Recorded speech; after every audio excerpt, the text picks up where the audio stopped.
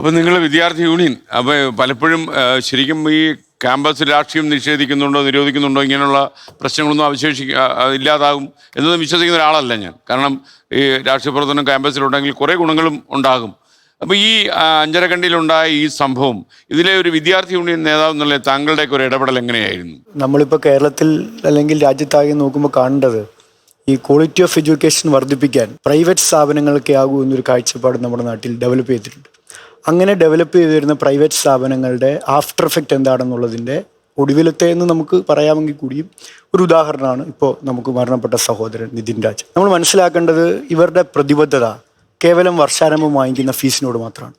വിദ്യാർത്ഥികളോടോ വിദ്യാഭ്യാസത്തോടോ ഒരു പ്രതിബദ്ധതയില്ലാത്ത സാമ്പത്തികം മാത്രം ലക്ഷ്യം വെച്ച് കുറേ സാമ്പത്തികം ഇൻവെസ്റ്റ് ചെയ്ത് സ്ഥാപനങ്ങൾ തുടങ്ങി ആ സ്ഥാപനങ്ങളെ മാനേജ് ചെയ്യാൻ കുറേ ആളുകളെ ഏൽപ്പിച്ച് അവിടെ നടക്കുന്ന എഡ്യൂക്കേഷനിലോ അക്കാഡമിക്കായ കാര്യങ്ങളിലോ ഒന്നും ഇടപെടാതെ സാമ്പത്തികം കൈപ്പറ്റുക, അത് ശമ്പളമായി വിധിച്ചു കൊടുക്കുക, ബാക്കി പൈസ സ്വന്തമായി സൂക്ഷിക്കുക എന്ന ഒരു താല്പര്യം മാത്രം വെച്ച് പുലർത്തുന്ന മാനേജ്മെൻറ്റുകളാണ് ഇത്തരം വിദ്യാർത്ഥികളുടെ മരണത്തിലേക്ക് നയിക്കുന്ന ഏറ്റവും പ്രധാനപ്പെട്ട ഒന്നാമത്തെ ഉത്തരവാദിത്തം പറയേണ്ടി വരും. കാരണം ഈ കുട്ടി മരിച്ച് ഇവരിപ്പോൾ അവരുടെ സഹോദരൻ കാരണം എന്താ പറയുക, നമ്മളിപ്പോൾ എസ് എഫ് ഐയുടെ സംസ്ഥാന പ്രസിഡന്റ് എന്നുള്ളതിന് താങ്കളോട് ചോദിക്കുക. കാരണം ഈ കോളേജ് മാനേജ്മെൻറ്റ് തീർച്ചയായും, കാരണം അപ്പോൾ ഇങ്ങനൊരു കാര്യം സ്വാഭാവികമായിട്ട് സംഭവിച്ചാൽ പോലും അത് പിന്നീട് അവർ ചെയ്യേണ്ട കുറേ പ്രാഥമിക ഉത്തരവാദിത്തങ്ങളുണ്ട്. അതൊന്നും അവർ ചെയ്തിട്ടില്ല. കാരണം അവർക്കിതൊന്നും കാരണം ഈ വീട്ടിൽ ഇത്രയും സന്തപ്ത വിഷമം കയറി ജീവിക്കുന്ന ഒരു അമ്മയും അച്ഛനും ഉണ്ട്.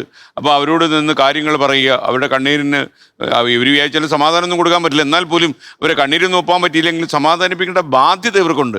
എന്തുകൊണ്ടാണ് ഈ മാനേജ്മെൻറ്റിൽ നിന്നൊക്കെ ഒഴിവാകുന്നത്? നമുക്കൊന്നും ആലോചിച്ചിട്ട് മനസ്സിലാകുന്നില്ല. അല്ല, അതാണ് നമ്മുടെ സഹോദരൻ അതോടൊപ്പം തന്നെ ഇതിൻ്റെ ബന്ധുവും പറയുന്നത് കേട്ടാൽ ഒരു പ്രതിനിധിയെ പോലും ആ മൃതദേഹത്തിൻ്റെ കൂടെ അയക്കാൻ പോലും തയ്യാറാവുന്നില്ലെന്ന് പറയുമ്പോൾ ഇവരുടെ മാനസികാവസ്ഥയെ പറ്റിയാണ് കേരളം ഗൗരവ ചർച്ച. അതിൽ നിങ്ങളോടുള്ള എൻ്റെ ഒരു വിമർശനം, ഇത്തരം മാനേജർമാരുടെ ഫോട്ടോ പോലും നമ്മുടെ സമൂഹത്തിൽ അവൈലബിൾ അല്ല.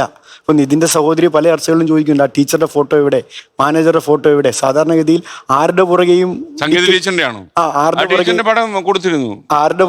ആരുടെ പുറകെയും ഡോക്ടർ റാമിന്റെയും സംഗീതയുടെയും ആണ്.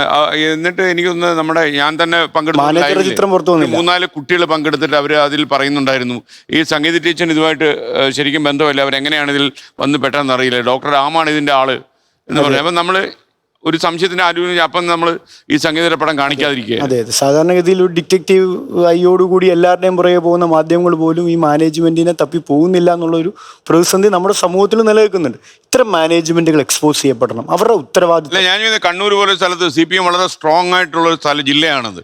അവിടെയൊക്കെ ശരിക്കും ഈ ഇന്റേണൽ മാർക്കിൻ്റെയും ഒക്കെ പേരിലും ഇന്റേണൽ അസസ്മെന്റിൻ്റെയും പേരിലും കുട്ടികളെ ഇങ്ങനെ പീഡിപ്പിക്കാൻ അവർക്ക് എങ്ങനെയാണ് ധൈര്യം കിട്ടുന്നത്? അവിടെയാണ് നമ്മുടെ വിദ്യാർത്ഥികളുടെ മാനസികാവസ്ഥ വന്നിരിക്കുന്ന ഒരു പ്രശ്നം നമ്മൾ മനസ്സിലാക്കേണ്ടത്. കാരണം ഇത്തരം സംഭവങ്ങളോട് നമ്മുടെ വിദ്യാർത്ഥികൾക്ക് പലപ്പോഴും അവരുടേതായ ഒരു രീതിയിൽ പ്രതികരിക്കാനാവുന്നില്ല എന്നുള്ളത് നമ്മൾ നേരിടുന്ന പ്രധാനപ്പെട്ട പ്രയാസമാണ്. ഇപ്പം നമ്മൾ ഈ വിഷയം ചർച്ച ചെയ്യുമ്പോൾ തന്നെ 3-ാമത്തെ ദിവസമാണ് അവിടുത്തെ ഒരു കുട്ടി, ഒരു വിദ്യാർത്ഥി മാധ്യമങ്ങളുടെ മുന്നിൽ പോലും വന്ന് പ്രതികരിക്കാൻ തയ്യാറാവുന്നത്. എൻ്റെ ഓർമ്മ ശരിയാണെങ്കിൽ ശാലോം എന്ന് പറയുന്ന വിദ്യാർത്ഥി അന്ന് വൈകിട്ട് ആർച്ച നിയമസഭയിൽ കേട്ട പെണ്ണിനെന്താണ്, പെണ്ണായിട്ട് കൂടി എന്നൊരു ചോദ്യം നമ്മൾ നിയമസഭയിൽ കേട്ടു. അതിന് മറുചോദ്യം കേട്ടു, പെണ്ണ് ആയാൽ എന്താ പ്രശ്നം? സത്യത്തിൽ ഒരു പെൺകുട്ടിയാണ്.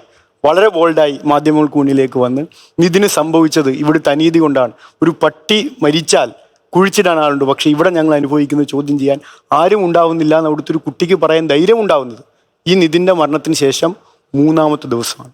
തൊട്ടുപിറകെയാണ് ആർച്ച പറയുന്നത്, ഇത് സാറല്ല, ഇയാൾ സാറല്ല, ഇയാളിനെ അധ്യാപകനായി കാണാൻ കഴിയില്ല, ഇയാൾ ഒരു മൃഗമാണ് എന്ന് കുട്ടി പറയും. ഇതിൻ്റെ ഒരു കാലതാമസം എന്ന് പറയുന്നത് അവിടെ വിദ്യാർത്ഥികൾ, ആ മതിൽക്കെട്ടിനകത്ത് റിഫൈൻഡായി നിൽക്കുന്ന വിദ്യാർത്ഥികൾ അനുഭവിക്കുന്ന സമ്മർദ്ദമാണ്.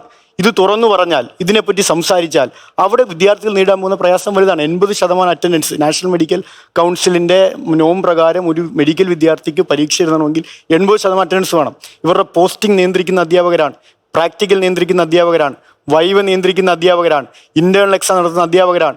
ഈ അധ്യാപകന് ഒരു അനിഷ്ടം തോന്നിപ്പോയാൽ ആ അധ്യാപകനാൽ ക്രൂശിക്കപ്പെടുമെന്ന വിദ്യാർത്ഥിയുടെ ചിന്തയാണ് നമ്മുടെ നാട്ടിലെ കുഞ്ഞുങ്ങൾ.